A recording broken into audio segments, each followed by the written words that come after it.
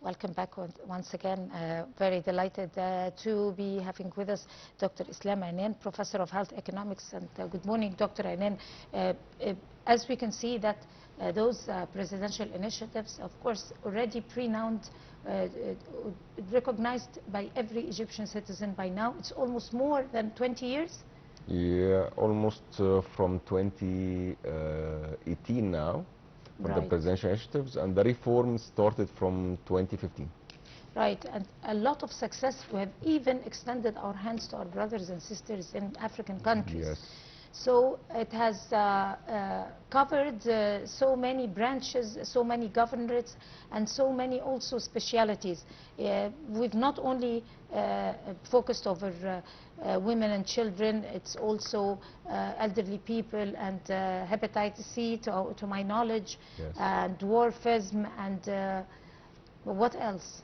You name it, we got 14 presidential initiatives. 14? Covering, as you mentioned, which is a very good point to start with, it is covering actually the Egyptian human being from birth till elderly.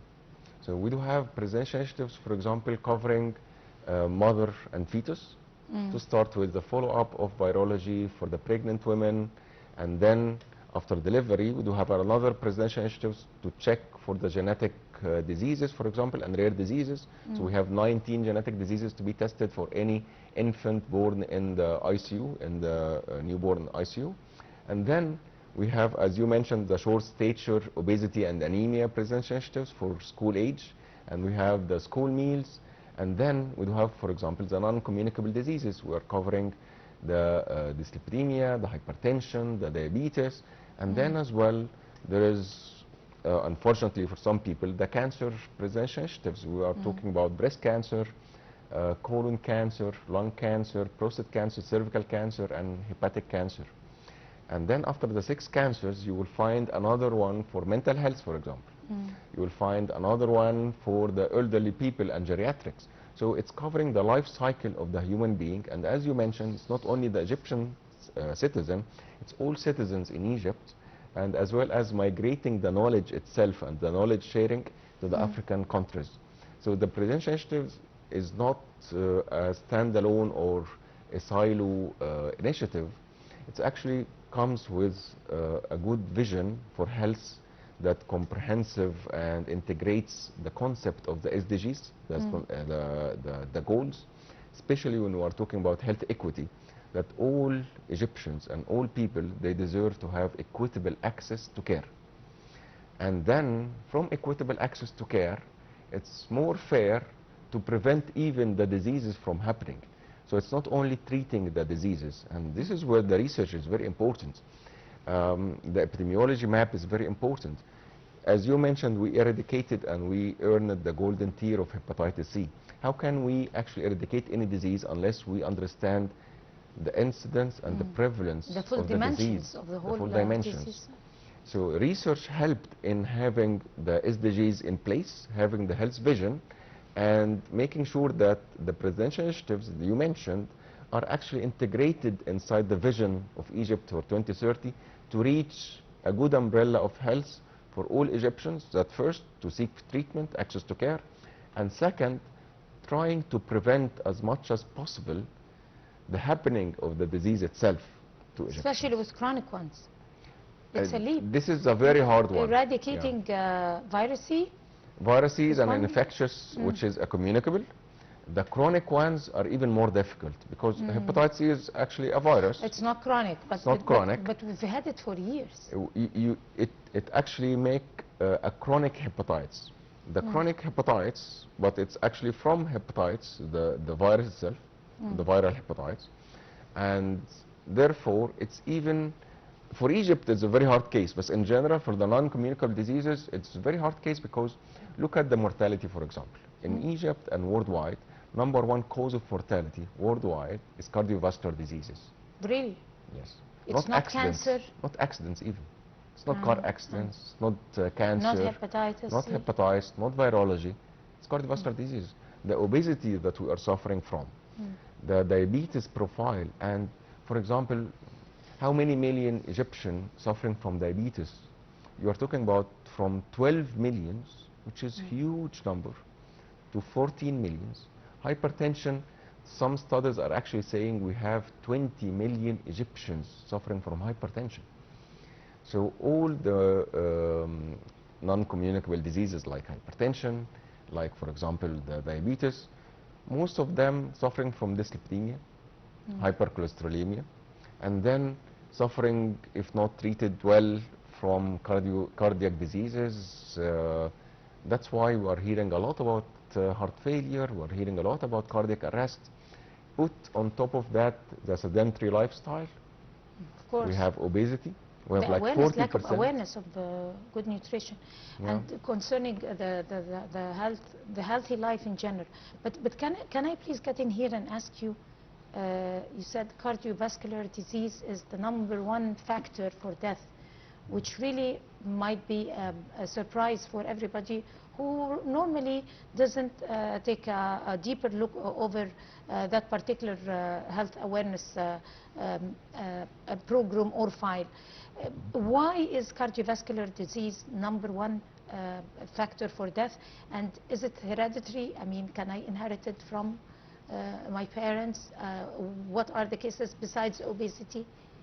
Okay, if we are talking about all the factors and we are talking about the non-communicable diseases associated to cardiovascular disease, we are talking about hypertension, diabetes, dyslipidemia, and currently we were saying in the past that obesity is a risk factor. Now obesity is a disease, so we are adding obesity as a disease. A lot of these diseases are actually genetic. The main cause of why it's actually hereditary from the mother or father or genetically to the fetus is not quite known, but part of it is actually genetic. So you will find that some nations even got susceptibility more to having diabetes type 1 or hypertension, but there is no a lot of discrepancies between nations. But the reason is not hereditary. #1, it's not hereditary. The reason is what we are doing to ourselves. We are leading sedentary lifestyle. We're not moving a lot. The obesity and overweight currently in Egypt, you are talking about 40% of population. I know that in other countries, you can find, for example, in the Gulf countries, the percentages are even higher, but 40% is a very high one. You're talking about healthy foods. You mentioned healthy foods. We are eating a lot of fried foods. A lot of ads in the TV are for fried foods. We don't have a food labeling yet, for example. Food label is a very important item. Having for any item you are purchasing in a supermarket to have a food label saying that there is how many calories per unit, the ingredient itself, how many sugar, and then making a sugar tax, eliminating as much as possible the addition of sugar in the juices, in the even fast food, in whatever we are buying from the supermarket, or put a lot of tax on it, so it will be out of reach for people to purchase and make healthier options. All these are actions you can take to decrease a little bit the obesity and leading a health style, but add to that as well, which is a very current one, the stress. The stress is a leading cause of cardiovascular diseases. We are living in a very fast-paced environment. The ecosystem is actually very crowded. We are facing a lot of pressure from workplace, pressure from social media, pressure from climate peers, change. the climate change add to that. So all these factors, they contributed to having elevated percentages in the mortality of cardiovascular diseases. If you compare it with the previous 2 centuries from now, Exactly. it was the communicable diseases leading the cause of death, not cardiovascular diseases. Exactly, because the environment was way much cleaner. There wasn't economic greed. They were not burning the forests. There wasn't that much of carbon emission. Yes, add to that the carbon emission and going green. We are trying to go green, but actually the Earth's temperature elevated 1% currently, and unfortunately we are expecting another 1 degree elevation in the temperature. It can sound subtle. 1 degree is nothing, but actually another 1 degree, it means, for example, we're not going to be having any coral reefs. A lot of marine life will actually decay. and a lot of diseases will spread Surface. heavily. We're talking about malaria, for example. It will be spreading heavily. We're talking about a lot of That's good that you're pathogens saying that, from Doctor. vectors. You can elaborate on that, because this is very important. And also disturbing the ecosystem, Yes. the predator and the consumer. I will tell you, for example, and why endangered malaria. species. And we can measure on that example to the rest of diseases. The malaria is actually transmitted from a mosquito. This mosquito used to live in a very hot temperature environment. If the earth temperature is actually elevated, which is happening now, the mosquito itself will migrate, and we can see these years that's actually happening, and migrating from Central Africa, for example, to North Africa, and then migrating to Europe, because we have high temperature summers and we have low temperature winters. And when they migrate with the disease. And for that, you can measure a lot of communicable diseases. In China, the forests, desertation for the forests, it's actually another factor, because you are bringing the wild animals and the wild even environment to the urban one. And so there is an consumption interaction. and species that you're not supposed to consume. First of all, you are putting them in one market. You are putting bats, for example, with monkeys, with snakes, with pigs, and the transmission of disease between an animal species and another species happens. Very much. In nature, these species are not living together. The pig is not living with a horse, with a snake. So the flu, for example, which is a very normal virus, the flu is transmitted from a chicken to a pig to a horse to a bat, because they are living in the same marketplace. And we have a new flu virus. That happened with the swine flu, for example. That happened even with COVID. We have a zoonotic virus. We call this a zoonotic virus. So the consumption of human beings to wild animals, as you mentioned, the wild animal species, different species living together in one place, that's another factor. Desertation is another factor. And of course, the earth temperature, because we are not doing anything towards the carbon emission, especially after the US declared that they are against the COP declaration of the keeping the carbon emission below certain limits. That's really sad to hear, and no matter what you people are trying to do, there has to be some part on power countries like the United States, who just withdrew themselves from the Paris Agreement. Yes, from the Paris Agreement. But anyhow, going back to the 100 million healthy lives and women's health initiatives, those were the most popular and gained a lot of success. Yes. If you like to talk about it. So one of the big successes, like hepatitis, is the Women Health Prevention Initiative. We're talking about breast cancer and cervical cancer. And for decades, Egyptian women were suffering from metastatic breast cancer, that it's discovered very late, that there is no hope in treatment. Just to elaborate, breast cancer got 4 phases. To make it simpler, make it 2 phases. An early breast cancer, so it can be treated and cured, and a late metastatic breast cancer, where the treatment is actually not going to be successful and fatality is guaranteed. And the percentage was actually 70% of Egyptian women discovered on the late stage. So most of Egyptian women discovered by breast cancer are doomed in their destiny because they are late in discovery. And only 30% are discovered in an early state. So the Egyptian government and the wise decision from the President Fattah al-Sisi, from the Presidential Office, and from the Minister of Health, Dr. Khaled Abdel Ghaffar, and from the Presidential Initiatives Office, Dr. Hassani, and all the teams, they decided that they need to do another approach, another solution. Okay. Why not to screen Egyptian women to early detect the breast cancer? They took the initiative and they started to make the screening for free, a physical examination to any Egyptian woman starting from 18 till any old age.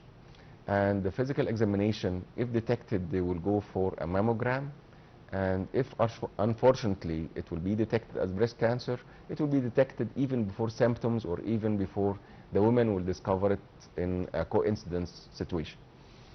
Currently, after 65 million visits from Egyptian women, it's visits, not women, because women are visiting maybe one or two. Recorded, Yes. registered.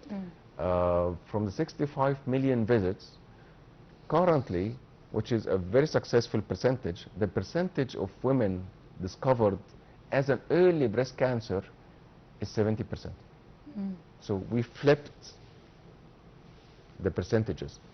Currently, from 100 women discovered breast cancer, 70 are discovered early, 30 are only discovered in a late stage. So we are managing to return these women to their practice, to their workplace, to their families, which is very important. Of course. If we're talking about Egypt, we are talking about 25% of women are breadwinners for their families. They support That's their families. So it's very important from even the clinical is humane, we need survival rates, we need to decrease fatality and mortality, and even from economic, it's very beneficial when you screen breast cancer.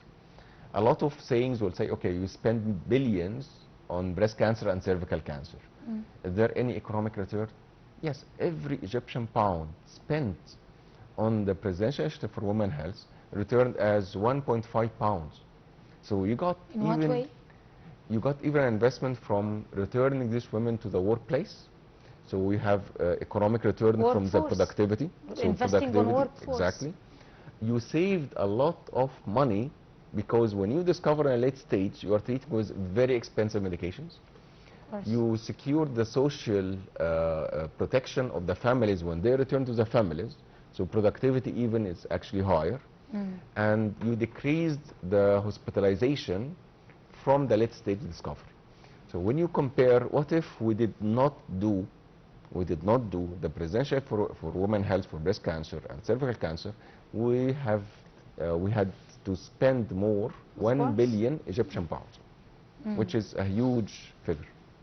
Very good planning on the side of President Abdel Fattah Sisi and the presidential office. Of course, we owe them a lot of gratitude, and to you people for your very smart research, and also explaining to the people that smart explanation that you have explained on prevention, early prevention, and also on the awareness of a healthy life that is related to every aspect. Thank you, and thanks to you for even spreading the noise and awareness to people.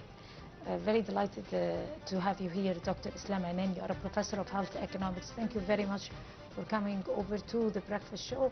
And at this note, we end it here with our first segment, and we're going to take a short break. We'll come to continue the show, so stay with us.